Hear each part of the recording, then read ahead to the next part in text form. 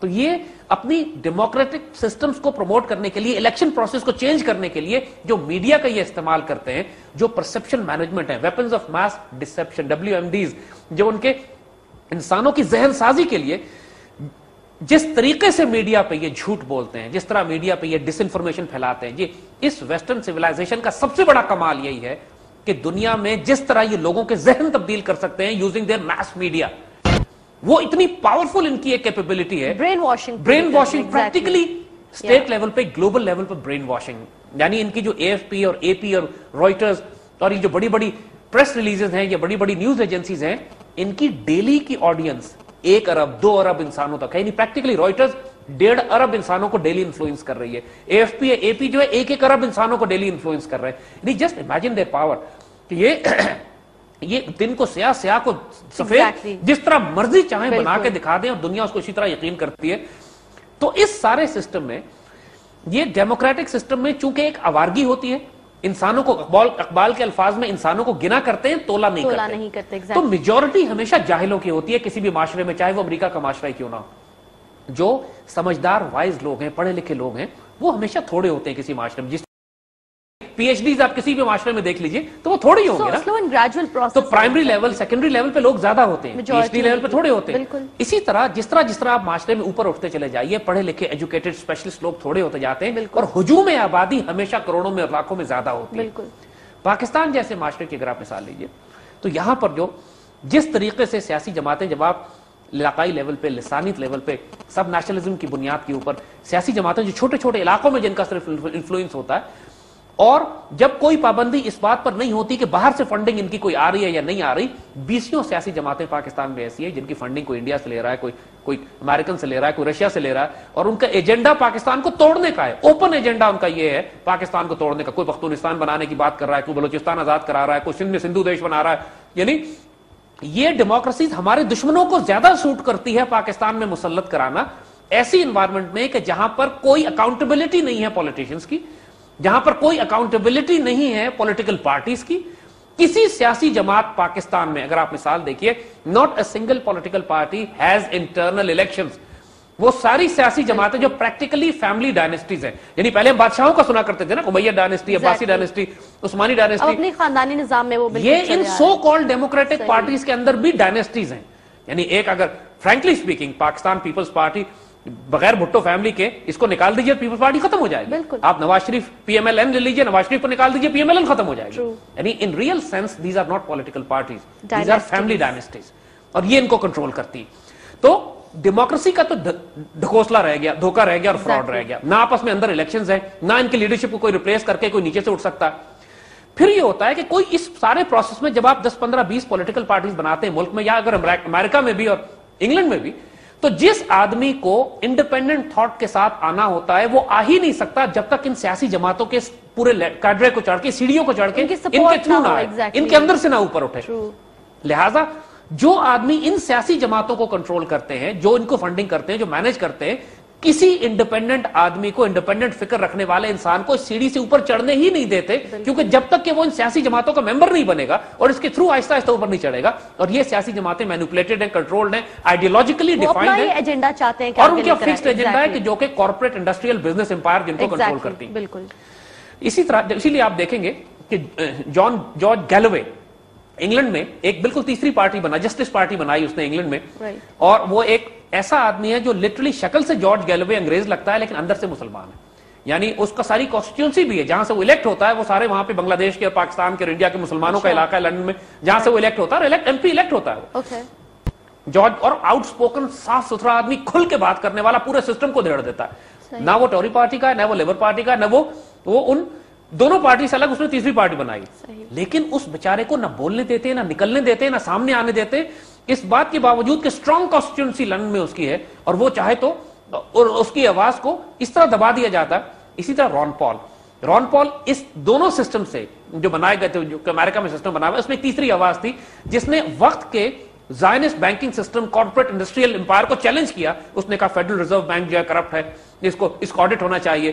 اور امریکہ کو واپس گولڈ سٹینڈرڈز پہ جانا چاہیے، بینکنگ سسٹم کو چیلنج کیا، اس کو ایسے غائب کر دیا، مین اسٹریم میڈیا میں ذکر ہی کوئی نہیں رون پال کا، حالانکہ تمام میڈیا کی پار ان کے پاس، حالانکہ اوباما کے مقابلے پہ کھڑا تھا وہ، اور پاکستان میں دنیا میں کسی نے اس کا نام ہی نہیں سنا تھا، ٹوٹل بلیک آؤٹ کر دیا اس کو میڈیا سے، total blackout. So the point we are trying to convey to you is, دوسری بات اگر ڈیموکریسیز کی ہسٹری دیکھیں آپ، کہنے کو یہ جمہوریت ہوتی ہے، دنیا میں کہا جاتا ہے کہ no two democracies go to war, لہذا ڈیموکریسی بہت اچھا ہے، دنیا میں ڈیموکریسی پھیل جائے گی تو دو ملکوں میں کبھی جنگ نہیں ہوگی، اس سے بڑی خرافات دنیا میں کبھی نہیں سنی گئی۔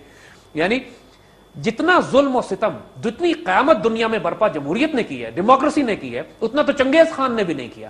1945 کے بعد سے اگر آپ لے لیجئے، اور اس سے پہلے بھی پہلی جنگ عظیم اور دوسری جنگ عظیم میں جو ظلم و ستم انگلینڈ نے اور امریکہ نے کیا، ایٹم بم ڈیموکریسیز نے گرائے دنیا پہ۔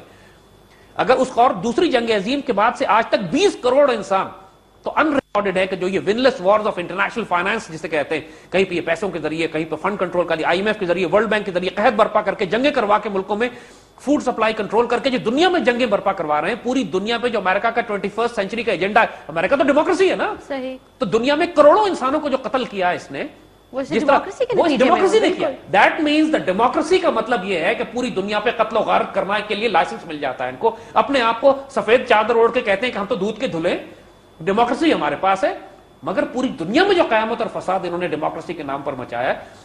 اور اگر آپ ایک بات اور نوٹ کریں، ڈیموکریسی اور ڈکٹیٹرشپ جو کہ کمیونزم اور کیپٹلزم کی بنیاد پہ کھڑے ہوئے ہیں، بنیادی طور پر دونوں اکنامک ماڈلز ہیں، کمیونزم بھی اکنامک ماڈل ہے، کیپٹلزم بھی اکنامک ماڈل ہے، دونوں کے پیچھے وہی زائنسٹ بینکرز ہیں، دونوں کا اوریجن وہی ہے۔ یعنی اگر آپ جتنا ظلم و ستم اسٹالن کے بعد اور اس سے پہلے سوویت رشیا نے کیا، روس نے جو ظلم و ستم دنیا میں مچایا، جو ڈکٹیٹرشپ نے جو ظلم مچایا دنیا میں، تباہی بربادی پھیلائی، چاہے وہ ایسٹرن یورپ میں ہو، سینٹرل ایشیا میں ہو، افغانستان میں ہو، اتنا ہی ظلم کیپٹلسٹ ڈیموکریسیز نے بھی کیا۔ افغانستان پہ انویژن، عراق پہ انویژن، پوری دنیا میں کروڑوں انسانوں کی تباہی بربادی، پورا افریقہ تباہ ہو رہا ہے ایڈز سے، وہ ایڈز وائرس جو انہوں نے لیبارٹری میں پیدا کر کے ریلیز کیے، کیونکہ پورے افریقہ کی آبادی کو انہوں نے کم کرنا تھا، کروڑوں اربوں روپے ڈالرز کی دوائیاں بیچنی تھی، ریٹرووائرل ڈرگز انہوں نے افریقہ میں، اور چونکہ یہ دوائیاں صرف یورپ تیار کرتا ہے، ان کی فارماسیوٹیکل بڑا بڑا انڈسٹری مافیا کنٹرول کرتا ہے، تیار کرتا ہے، لہذا بیچ رہے ہیں ایڈز کو پھیلا کے کہ جہاں پہ کیڑے مکوڑوں کی طرح، مکھیوں کی طرح انسان مر رہے ہیں، اور یہ سارا ظلم، فوڈ سپلائز کنٹرول کرنا، دوائیاں کنٹرول کرنی، دنیا میں جنگیں برپا کرنا، یہ آج کل کی ماڈرن ڈیموکریسیز کر رہی ہیں۔ اب آپ کو سمجھ میں آئے گا اقبال کا وہ الفاظ کہ جس کو تم آزادی کی نیلم پر ہی سمجھتے ہو نا، ظلم و استبداد کا دیو ہے جو پاؤں مارتا چلا آ رہا ہے، تم لوگوں کو پتہ نہیں ہے کہ ہوگا کیا تمہارے ساتھ ان ڈیموکریسیز کے نام پر۔ اور دوسرا، پاکستان کو توڑنے کا سب سے آسان طریقہ یہ ہے کہ یہاں جمہوریت لے آیا جائے، کیونکہ اگر ایسی جمہوریت جس میں کوئی اکاؤنٹیبلٹی نہیں ہے، دیکھیے پاکستان کے کانسٹیٹیوشن میں لکھا ہے، ہم آپ کو صاف بات بتاتے ہیں، سب سے بڑی منافقت اس پورے ہمارے اس جوڈیشل سسٹم کی، ہمارے اس اکنامک سسٹم کی، ہمارے اس پولیٹیکل سسٹم کی کیا ہے؟ پاکستان کے آئین میں، سب کانسٹیٹیوشن چیختے ہیں نا کہ آئین نافذ کر دیجئے، 73 کا آئین، 74 کا آئین، اس آئین میں دو کلازز ہیں، آرٹیکل 63 64، یہ دو کلازز ڈیفائن کرتے ہیں کہ پاکستان کی پارلیمنٹ میں کون لوگ اندر جا سکتے ہیں۔ یعنی فنڈ، آپ ایک ڈرائیور بھی رکھتے ہیں تو ایک اس کا کرائٹیریا ہوتا ہے نا، کتنے سال سروس ہو، اتنا لائسنس ہوتی ہے، ایک ایلیجیبلٹی ہے نا۔ آپ کسی کمپنی کا ڈائریکٹر بھی لگاتے ہیں تو 50 انٹرویو کرنے کے بعد یہ تو پھر ایک ملک کا، یہ تو ملک چلانے کی بات ہو رہی ہے، وزراء بنیں گے، منسٹرز بنیں گے، کیبنٹ بنے گی، پرائم منسٹر بنے گا، صدر بنے گا، تو اس کے لیے ہمارے جو بڑے جنہوں نے کانسٹیٹیوشن بنایا اس کی ایک وزڈم رکھی، انہوں نے کیا کیا کہ آرٹیکل 63 اور 64 جو بنیادی طور پر اسلامک آئیڈیالوجی، اسلام کی نظریاتی تصورات کے اوپر مبنی کر کے رکھے گئے ہیں کہ پاکستان کی جمہوریت میں وہ آدمی پارلیمنٹ میں جا سکتا ہے جو ان شرائط کو پورا کرے، یعنی ان شرائط کو اگر پڑھیے اس کے مطابق 5 وقت کا نمازی ہو، کلمہ طیبہ، نماز، روزہ، حج، زکات پورا کرتا ہو، حرام نہ کھاتا ہو، بینکوں سے قرضے لے کے معاف نہ کرائے وہ، پاکستان اور اسلام کی آئیڈیالوجی پہ یقین رکھتا ہو، اس کی زندگی ناپاک پلیت حرام چیزوں سے ملوث نہ ہو، صاف ستھرا اچھا مسلمان ہو، متقی ہو، خلیفہ کا ایک امیج بنتا ہے یہ، متقی ہو، یہ کرائٹیریا 63 اور 64 میں دیا ہوا۔ یہ لوگ سارے قسم کھاتے ہیں اس کے اوپر کہ جی ہم ان سارے، اب ہم اسلامی کانسٹیٹیوشن کو قائم کرنا چاہتے ہیں، جمہوریت ہونی چاہیے، مگر سارے ان آرٹیکل 63 اور 64 کو ایسے پرے کر دیتے ہیں جیسے وہ ایگزسٹ نہیں کرتا۔ الیکشن کمیشن بھی اس کو نگاہ نہیں ڈالتی اس کے اوپر، کوئی چیلنج نہیں کرتا، کوئی پارٹی اس پہ بات نہیں کرتی۔ 99% ایم این ایز اور ایم پی ایز جو اس وقت ہماری نیشنل اسمبلی میں بیٹھے ہیں، اگر آپ آرٹیکل 63 64 ان پر اپلائی کر دیں، سارے باہر ہو جائیں گے، نیگیٹ کرتے ہیں، یہ سارے باہر ہو جائیں گے۔ ان میں سے اتنے بڑی بڑی محفلیں انسانوں کی، سرکاری محفلوں میں، ذاتی گھروں کی محفلوں میں ان کی شرابیں چل رہی ہوتی ہیں، زنا برائی بدکاری عام ہے، حرام تو سارے کھائے ہوئے، اللہ ماشاءاللہ چند ایک تھوڑے ہوں گے کہ جو بچے ہوئے ہوں، اور اس کے بعد بینکوں سے قرضے معاف کرانا، زندگیاں ان کی ناپاک، رزق حرام حلال کی تمیز کوئی نہیں، پھر سب نیشنلزم، کوئی پختونستان بنا رہا ہے، کوئی بلوچستان توڑ رہا ہے، کوئی سندھو دیش بنا رہا ہے، آئیڈیالوجی آف پاکستان پہ یقین نہیں رکھتے. یعنی حال یہ ہے کہ پچھلے سال بلوچستان کے چیف منسٹر نے 15 اگست کو چھٹی دے دی جو انڈیا کا انڈیپینڈنس ڈے ہے. اس مرتبہ 14 اگست پہ جھنڈا چڑھانے کی جب باری آئی تو جھنڈا چڑھانے سے پہلے انہوں نے دل کا دورہ اپنے اوپر ڈال لیا اور ایسے پیچھے ہو گئے اور جھنڈا نہیں چڑھایا، اس محفل سے باہر چلے گئے. اور جب وہ محفل ختم ہو گئی دوبارہ گھوم کے واپس آ گئے اور کسی نے نہیں پوچھا کہ ہوا کیا. انہوں نے یہ ڈرامہ اس لیے کیا کہ ان کو جھنڈا نہ چڑھانا پڑے 14 اگست کو پاکستان کا. یہ لوگ کیسے اسمبلیز میں پہنچتے ہیں؟ اس لیے پہنچتے ہیں کہ آرٹیکل 63 اور 64 کو اپلائی نہیں کیا جاتا. یہ ساری ڈیموکریسی پاکستان کی فراڈ ہے اگر آپ اس کانسٹیٹیوشن کے آرٹیکل 63 اور 64 کو اپلائی نہیں کرتے. اس وقت سب چپ ہیں، سیاسی جماعتیں، میڈیا، مذہبی جماعتیں، ایوری بڈی سائلنٹ، اس لیے کہ 63 اور 64 جس کے مطابق متقی، اچھے، نیک، صالح مسلمان پارلیمنٹ میں آ سکتے ہیں. اور اس کرائٹیریا پہ 90-95% پارلیمنٹیرینز پورے نہیں اترتے. لہٰذا اس کے بعد جب ایسے لوگوں کو آپ الیکشن میں اندر بھیجتے ہیں، اگر لیڈرشپ ہی ایسی ہوگی تو نیچے جب آپ اندر پارلیمنٹ میں ایسے لوگوں کو بھیجیں گے تو یہی منسٹرز بنیں گے، یہی کیبنٹس میں جائیں گے، یہی سب کچھ ہوگا. اس کے بعد یہ کہتے ہیں کہ جی جتنی مال و دولت ہے وہ ہمیں دے دو، خیانت ہم کریں گے. پھر ملک میں جو خیانت پھیلتی ہے، توبہ استغفار جو پھیلی ہوئی ہے، جو ملک میں لوٹ مار ہو رہی ہے، جو ہو رہی ہے، جو کرپشن ہے، جو نیپوٹزم ہے، جو ظلم مچایا جاتا ہے. اس لیے جب آپ دیکھو ایک کمپیوٹرز کا ایک سمپل رول ہے، گیگو جسے کہتے ہیں، گاربیج ان گاربیج آؤٹ. آپ گاربیج اندر بھیجیں گے تو گاربیج باہر نکلے گا. اور جب آپ نیک لوگ اندر بھیجیں گے تو اس ڈیموکریسی میں جو پاکستان میں قائم ہے، اگر اس میں کوئی خیر کی امید ہے تو وہ صرف اس صورت میں ہے کہ آپ آرٹیکل 63-64 کو اپلائی کر دیجئے. But if you don't apply this article 63 and 64 اور اس کو آپ پرے کر دیتے ہیں اور باقی کہتے ہیں یہ پورا کانسٹیٹیوشن ہم نافذ کریں گے جا کے، then you expect nothing. then expect nothing. Because system انسانوں نے چلانا ہے. انسانی چور آپ اندر بھیج رہے ہیں، انسانی آپ ایسے بھیج رہے ہیں جو خیانت کرتے ہیں اللہ رسول کے ساتھ، وہ جو جنگ کرتے ہیں اللہ رسول کے ساتھ، جن کا اپنا ذاتی کردار. اور پھر ڈیموکریسی کی فنڈامنٹل ڈیمانڈ ہر کوئی اپنے آپ کو پیش کرتا ہے کہ مجھے بنائیے.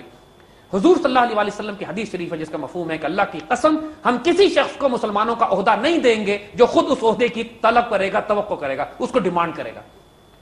یہ تمام سسٹمز قرآن و سنت کے خلاف. یہاں پہ تو ٹکٹس مانگ رہے ہوتے ہیں، ٹکٹس مانگ رہے ہیں، لڑ رہے ہیں، پیسے لگا، بالکل. یعنی انویسٹمنٹ کی جا رہی ہے کہ منسٹر بننے کے لیے یا ایم این اے بننے کے لیے جتنا کروڑ ہم خرچ کر رہے ہیں، ایم این اے بننے کے بعد اتنا ہم نے واپس کمانا. Every thing is against Quran and سنت. کانسٹیٹیوشن کا ہمارا لا ہے، کوئی کام یہاں قرآن و سنت کے خلاف نہیں ہو سکتا. یہ لا کم از کم لا کی حد تک ہے. اگر صرف اپنے کانسٹیٹیوشن کو بائی ورڈ اپلائی بھی کر دینا تو یہ سسٹم خاصا ریفارم ہو سکتا ہے، لیکن چونکہ یہ نہیں کریں گے، لیکن مطلب بیس سیٹ ہوئی ہے لیکن امپلیمنٹیشن اسی لیے ہم کہہ رہے ہیں کہ یہ سسٹم چونکہ امپلیمنٹ نہیں کریں گے، کیونکہ امپلیمنٹ کرنے کا مطلب ہے کہ وہ فیوڈل فیملیز، وہ نواب، وہ وڈیرے، وہ سارے یہ سارے باہر ہو جائیں گے. جب باہر ہو جائیں گے تو پھر ہمیں ایسی ڈیموکریسی نہیں چاہیے. دین وی ڈونٹ وانٹ دس.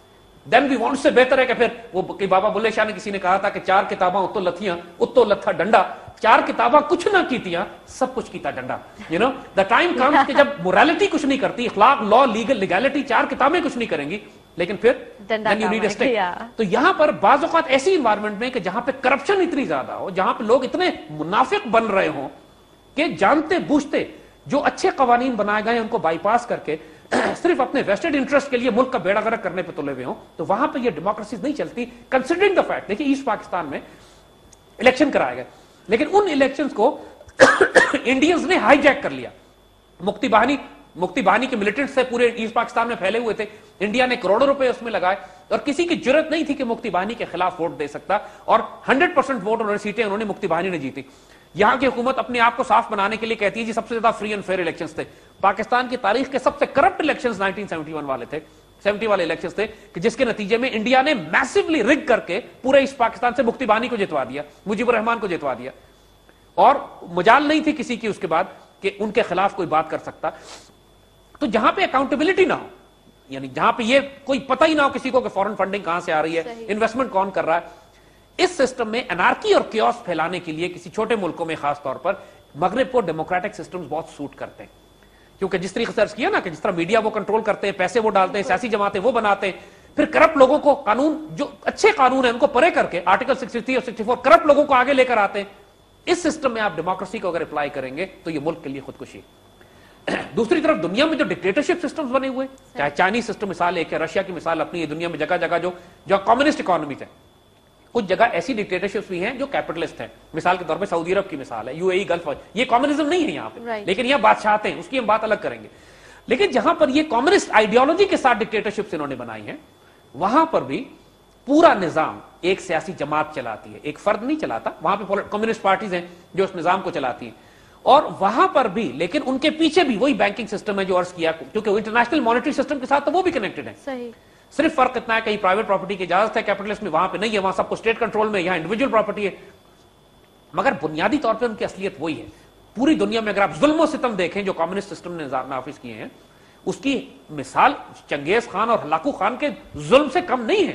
کم از کم 15 لاکھ افراد افغانستان میں روس نے شہید کیے. پوری سینٹرل ایشیا کے اندر جو پچھلے 200 سال سے جن کی تباہی مچاتے ہیں وہ تو چلے بازار کے, سوویت سٹالن نے خود بذات خود روس کے اندر 1-2 کروڑ انسان تو روس کے اندر سٹالن نے اور لینن نے اور ان کے بعد والے لوگوں نے مارے. چین کے اندر بھی بذات خود جو کچھ ظلم و ستم یہ اپنے لوگوں کے ساتھ کرتے ہیں, بتاتے نہیں, میڈیا میں باہر نہیں آتا, لیکن اس کے باوجود کم از کم ایک مضبوط نظام ہوتا ہے, کم از کم ایک سینٹرل کنٹرول ہوتا ہے, ایک پارٹی ایک حکومت ہوتی ہے, گو کہ افراد کی انڈیویجول فریڈم کا بیڑا غرق ہو جاتا ہے. چائنا میں ایسا ظلم ہے کہ اگر دوسرا بچہ پیدا ہو جائے تو اس کو بچے کو مار دیتے ہیں. They actually kill the child. بالکل ایک barbaric ہے, بالکل ظلم شدت, استغفر اللہ العظیم. یعنی اور اسی طریقے سے جس طرح یہ اپنے لوگوں کو مارتے ہیں, جس طرح اپنے لوگوں کو لٹرلی انسان کو انسان نہیں سمجھتے, فیملیز میں سے بچے نکال کے لے جاتے ہیں. ہر کوئی اسٹیٹ کمیونسٹ معاشرے میں نہیں ہے, پریکٹیکلی کوئی انسانیت نہیں ہے, سب کچھ اسٹیٹ کا ہے, آپ کی اپنی ذاتی پراپرٹی, پرائیویٹ پراپرٹی. اب وہ آہستہ آہستہ کیپٹلزم کی طرف تو جا رہے ہیں, لیکن روحانیت کی احساس ان میں نہیں ہے. There's no spirituality in communist system also, چاہے وہ رشیا کا ہو چاہے وہ ان کا سسٹم ہو. رشیا بھی اب کیپٹلزم کی طرف جا رہا ہے سوویت یونین کے ٹوٹنے کے بعد. تو بات یہ ہے کہ یہ دونوں نظام دنیا نے بہت اچھی طریقے سے دیکھ لیے ہیں. We have seen these two systems. انہوں نے جو باقی دنیا کے ساتھ کیا ہے ہم نے وہ بھی دیکھ لیا. یعنی اگر کوئی شخص اس کے بعد یہ ایمفسائز کرے کہ نہیں جی دنیا کے لیے ڈیموکریسی بہت اچھا سسٹم ہے, اس سے بڑا جاہل اور کوئی نہیں ہوگا.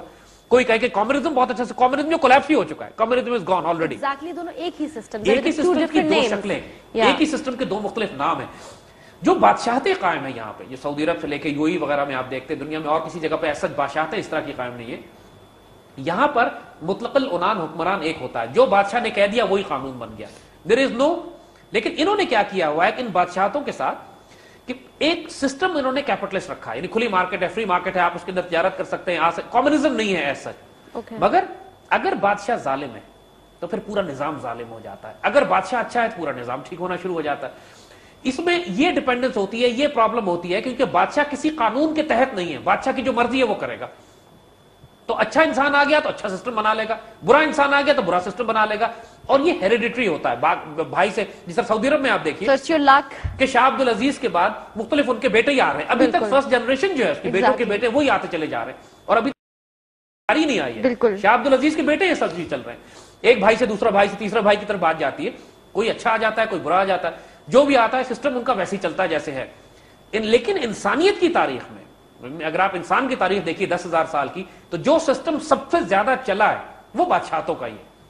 یعنی آپ سلیمان علیہ السلام میں بھی قرآن نے جو سلیمان علیہ السلام کا ذکر کیا تو کم از کم 7-8 ہزار سال پہلے کی بات ہے.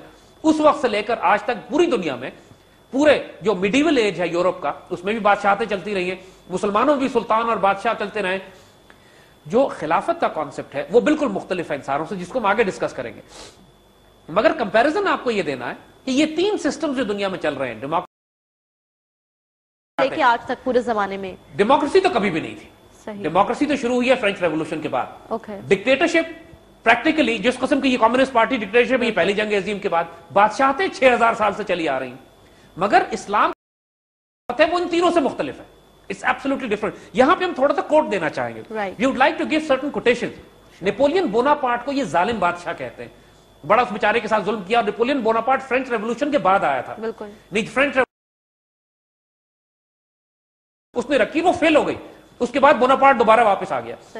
تو بوناپارٹ کیا کہتا ہے, ذرا ہوش سے سنیے گا, یعنی انسان کے طبق روشن کر دے یہ اسٹیٹمنٹ بوناپارٹ کا. وہ کہتا ہے میں امید کرتا ہوں کہ وہ وقت زیادہ دور نہیں ہے جب میں تمام ممالک سے عقل مند اور پڑھے لکھے لوگوں کو جمع کروں گا اور قرآن کے اصولوں پر مبنی ایک حکومت قائم کروں گا جو واحد سچی حکومت ہوگی جو لوگوں کو حقیقی خوشی دے سکے گی. قرآن کے اوپر مبنی ایک حکومت قائم کروں گا پوری دنیا کے بہترین افراد کو جمع کر کے.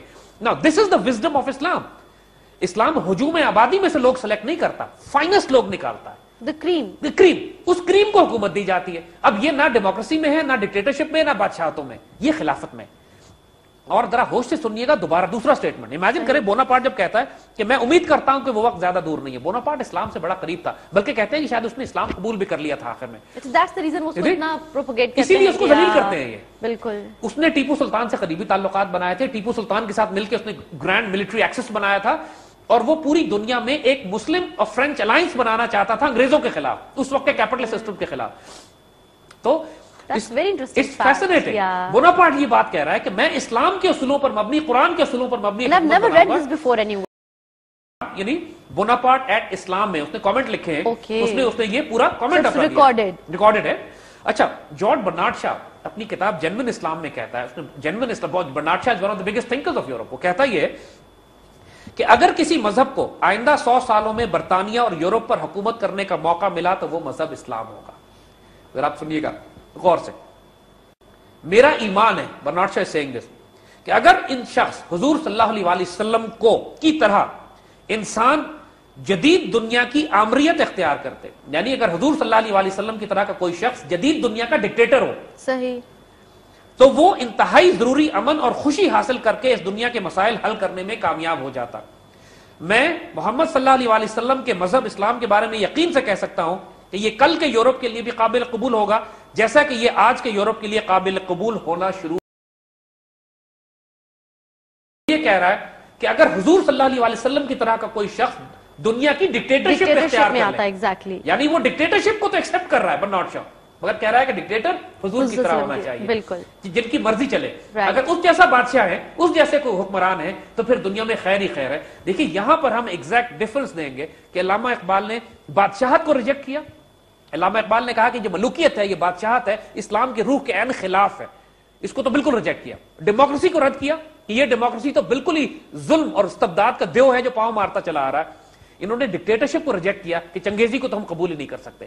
اقبال نے اس کے کانسیپٹ میں جو کانسیپٹ دیے, جس کو وہ اسپرچول ڈیموکریسی کہتے ہیں یا بیناولنٹ ڈکٹیٹرشپ کہتے ہیں, اور یہ دو تصورات ہیں کہ جو اصل میں خلافت کی روح ہے. اقبال نے نام جدید اصطلاحیں استعمال کی ہیں. دا کانسیپٹ از خلافت, یہ کانسیپٹ از بیناولنٹ. اسپرچول ڈیموکریسی کا مطلب ہے کہ آپ اگر الیکٹ کرنا چاہتے ہیں تو ایسے لوگ الیکٹ کریں جو پاکستان کے آرٹیکل 63-64 کے مطابق معاشرے کے خوبصورت ترین, متقی ترین لوگ ہوں. پھر آپ جمہوریت چلائیے, جمہوریت ٹھیک چلے گی. ایسے جس طریقے سے آج ہوتا ہے ایسے کریں گے تو تباہی. اور اگر آپ ڈکٹیٹرشپ لانا چاہتے ہیں تو ایسا ڈکٹیٹر جیسے جارج برنارڈ شاہ نے کہا ہے کہ حضور صلی اللہ علیہ وسلم کی سنت پہ چلنے والا کوئی شخص اگر دنیا کی ڈکٹیٹرشپ اختیار کر لے گا تو پوری دنیا میں امن آئے گا. سو نہ ڈکٹیٹرشپ بری ہے, نہ ڈیموکریسی بری ہے. ڈیموکریسی اگر اسپرچول ڈیموکریسی ہو اور ڈکٹیٹرشپ اگر بیناولنٹ ہو اور ان دونوں کو جوڑ دے, اس کا نام خلافت ہے, جو ہم اگلے پروگرام میں تھینک یو زید صاحب. آج کے پروگرام میں ویورز براس ٹیکس کی I would say rather very special episode, کچھ کوٹیشنز جو آپ نے کوٹ کی دے were very interesting. Zaid sahab thank you very much for that once again. Viewers یہیں پر براس ٹیکس کی ایپیسوڈ ختم ہوتی ہے. ہم نے یہاں پر ڈکٹیٹرشپ اور ڈیموکریسی اور ساتھ ساتھ ڈائنیسٹیز کا بھی جو فرق تھا وہ ہم نے واضح کرنے کی کوشش کی, اور تھوڑا سا آپ کو یہ بھی بتانے کی کوشش کی ہے کہ ان تینوں نظاموں کے پیچھے کون لوگ ہیں اور ان کا کیا ایجنڈا ہے. اسپیسیفکلی پاکستان کے اندر بھی ڈیموکریسی کے اوپر ہم نے یہاں پہ بات کی, لیکن جیسا کہ زید صاحب نے کہا کہ خلافت راشدہ کے حوالے سے چونکہ یہ سلسلہ جاری ہے, اس میں مزید ہم گفتگو کریں گے لیکن براس ٹیکس کی آنے والی ایپیسوڈز میں. تب تک کے لیے اجازت دیجیے گا. اللہ حافظ.